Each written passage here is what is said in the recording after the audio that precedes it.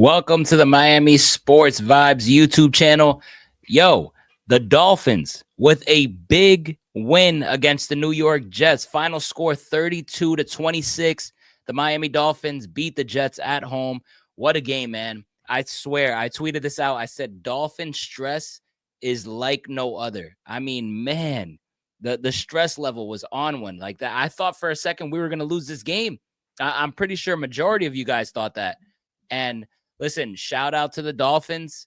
Shout out to Tua. Shout out to Jonnu Smith. He absolutely gets a game ball. Tua delivering in the clutch. Jonnu Smith, Tyreek Hill having the best game of his season thus far, which is crazy when you think about his season last year and this year. The fact that this was his best game and you look at it from a statistical standpoint, it's laughable. But we're talking about the now. And man, the Dolphins did what they had to do to stay alive in the playoff hunt. You know, Denver over there is winning games. Baltimore is winning games. Every team that's ahead of you in the wild card is ahead of you. So the pressure was at an all-time high. I mean, you lose this football game and the Miami Dolphins are probably officially, out of it. You know, you would drop to a 5-8, but now you're 6-7, and you're hanging on by a thread, but you're still in it. All right, you're in it for another week, headed into week 15, and that's all you can ask for, man. The Dolphins today. I mean, what a win, man. What a win for the Dolphins. Let's talk about it, though. Damn, man. Let's talk about it, man. The first half, here's the first half stats. Obviously, the Dolphins were winning 15-13 at the half. Things that I noticed was both teams were playing very smart. They're very strategic about their approach. They were not turning the ball over. Both kind of played similar. You saw a lot of both of the teams, settling for field goals here and there, but the Dolphins could not, get things going on third down. That's one of the things that were frustrating to me early on in the first half. They did maintain time of possession in the first half. The Dolphins here with 17 as opposed to the Jets 12 in the first half. You see the penalties for the Jets. A lot of penalties for the Jets. 6 penalties for 40 yards. The Dolphins had 4 for 24 in there as well. But it was kind of an even game, which is why the score was a 2-point game. There were both teams, kind of getting to the red zone, but not getting home for touchdowns. You saw a missed extra point early on from Jason Sanders, but then you saw a lot of field goals from both sides. So inability to score, but it was a competitive game. And man, listen, the second half didn't disappoint. I mean, from a competitive standpoint, you're going to get these two teams just, going head to head. Division opponent. It's tough to beat the division opponent. I don't care what the record of the New York Jets is. And you look at the first half stats here from Tua, he was 15 of 18, 165 yards. Obviously, very efficient. We're talking about the way Tua has been playing as of late. And it's kind of like that approach. Take what the defense gives you and pick them apart. Just kill them with the IQ. I mentioned earlier, you saw the time of possession, which I absolutely like to see that in favor of the Miami Dolphins. Tua was kind of sticking to that. They tried to get Achane going, 10 carries for 24 yards, as you see, but he couldn't really get running holes, which is kind of surprising in the first half because the Jets defense is a defense that normally they're known for stopping the pass and not being able to stop the run. But it was kind of a different mix. One thing I also like to see, actually two things. You see the catches below. Tyreek Hill, 5 catches for 61 yards, and Jalen Waddle with the same as well. That was awesome to see. Both of these two guys, I mean, they are probably arguably the best duo in the NFL from the wide receiver standpoint, but they have not been playing up to their standard this year. So the ability that Tua was able to find those two guys and get them going early, I was excited because I knew the second half was just going to bring the best out of them. You got those two both locked in at the same very time, and the Dolphins are a very hard team to beat. But then the Dolphins, honestly, they got out a little sluggish. The Jets took an 8-point lead, and it was stressful from that point on. Tua then delivered in the fourth quarter. He delivered a touchdown, which was freaking awesome. Very clutch, delivering the ball to Tyreek Hill where the Dolphins needed it most. All right. The Dolphins were down by 8. They needed a touchdown and a 2-point conversion. They hit Tyreek on it. All right. It was on 4th down, by the way. So the pressure was at its highest. I thought Mike McDaniel was going to kind of go for the 3. There was still 9 minutes left to go in this game. Go for the field goal. You're down 5. Try to get the ball back. Listen, Mike McDaniel does what he does. He is a gritty offensive play caller. He calls the Dolphins to go for the 4th down, and Tua absolutely delivers a dime to Tyreek Hill. Next play, the 2-point conversion, because you're down by 2. He hits Jalen Waddle on the same similar play that he hit Tyreek Hill with the previous play, but Tua just delivering just a perfect dot right there. It was absolutely awesome to see. Then the game was tied up. Unfortunately, Aaron Rodgers himself, man, I mean, he turned back the clock. I mean, the way he executed his final drive, leading the Jets to a field goal, I thought the game was over at that point, but they left some time there on the clock. Dolphins looked like they were going to take the Jets out of field goal range. Ultimately, Aaron Rodgers turn back the clock a little bit, getting them into field goal range. Jets led by 3.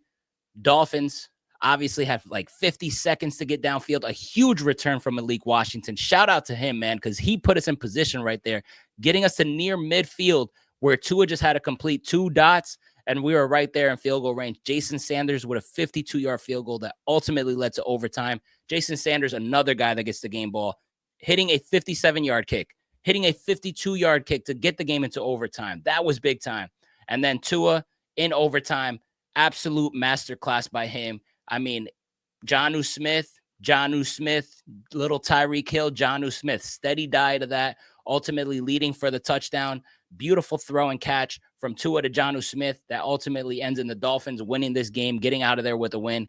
And it was freaking awesome, man. I mean, Tua's poised there in the clutch, just delivering, was a beautiful sight to see. And Jonnu Smith, man, so many guys get the game ball. Like I mentioned, I think Tua gets a game ball today. I think Jonnu Smith gets a game ball today. And I think Jason Sanders. And honestly, I don't want to short the guy Malik Washington, because if it wasn't for his kick return in there, you might not even have gotten to overtime. So I do want to give him his flowers there, man. But here's the stats. Tua, awesome game. 331 yards, 2 touchdown passes, 33 for 47. Awesome sight to see from Tua, protecting the football, not turning the ball over, taking what the defense was giving him, and just a lot of the timely throws that he was making.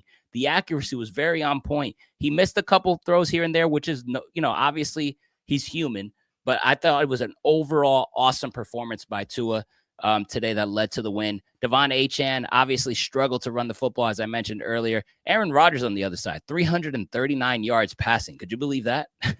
I mean, damn. Also, to note, Tua, clean pocket. No, wasn't sacked at all. Love to see that. Tyreek Hill finished with 10 catches for 115 yards and a touchdown on 14 targets. Love to see it. I mean, Tyreek, we need you, my man. Jalen Waddle, 9 catches for 99 yards. He was big time as well.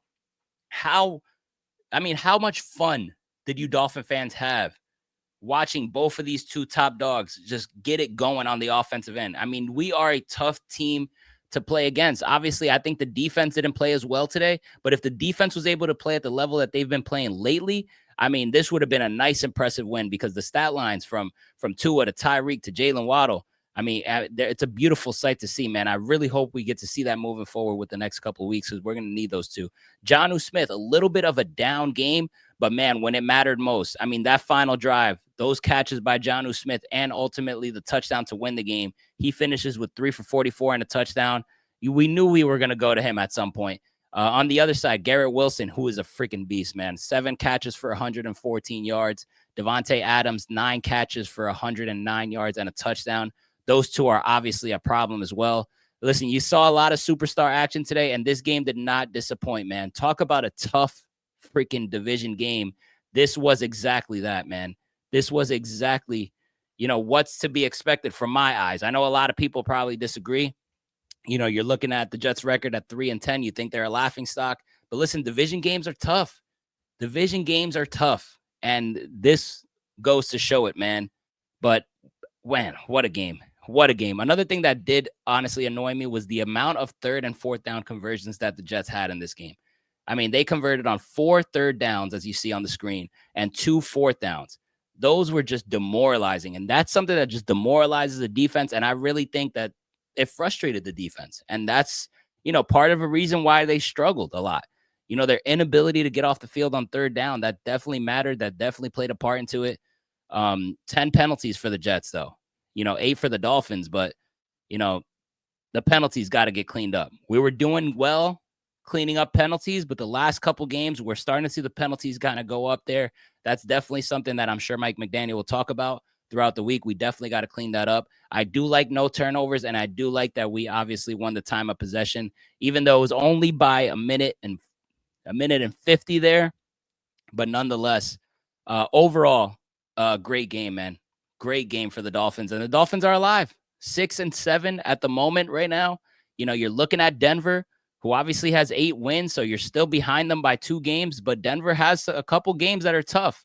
They have a couple games that are tough. I'm not going to get into that because I'm not trying to go down that rabbit hole, but it's just keep it Dolphin related. The Dolphins have to win the games that are in front of them. Now you got Houston next week. All right, you're on the road. That team is coming off a bye. That team has not played to the level that they've expected to, but they're coming off a bye, and they still got CJ Stroud, who's having a down year, but he's still amazing. Their defense is amazing. They lost Stephon Diggs, but they're still a tough bunch. You got to go back to the drawing board. You got to clean some of those penalties up, in my opinion. But, man, this offense has been grooving. I mean, a lot of games, you're putting up over 30 points for this offense. It's beautiful to see. So I think the Dolphins need to continue doing that. And then the rest should, you know, the Dolphins should be able to continue to go on this streak, continue to dominate. But a lot of guys get the game ball, as I mentioned earlier. I mean, I thought Jalen Waddle was huge today, but if I had to give it to 3, like I got to give it to Tua number 1. Jason Sanders, absolutely. I mean, incredible poise there for him to deliver, you know, those clutch kicks and everything. It was a great team win. It was a great team win overall. And I'm very curious to see now what the Jet fans are going to feel about this game. Obviously, you know, there's a lot that they have to be mad about because they went all in on this team with Aaron Rodgers and giving him whatever he wants out there. And they're eliminated from the playoffs for, I think it's like the 17th year now. Yikes. Jet's going to jet. But, man, Dolphins win this one. Guys, let me know what you think on the comment box. How do you feel about this win? Now you're 6-7. Just win the games that's in front, but the Dolphins are still alive, man. Shout out to Tua. Great team win. Tough one, obviously. Very stressful, man. But the Dolphins are alive. That's all you can ask for. So you got Houston next week. Dolphins win this one, 32-26. Please subscribe to the channel. Hit the thumbs up button to support the channel as well. And I will catch you guys next time.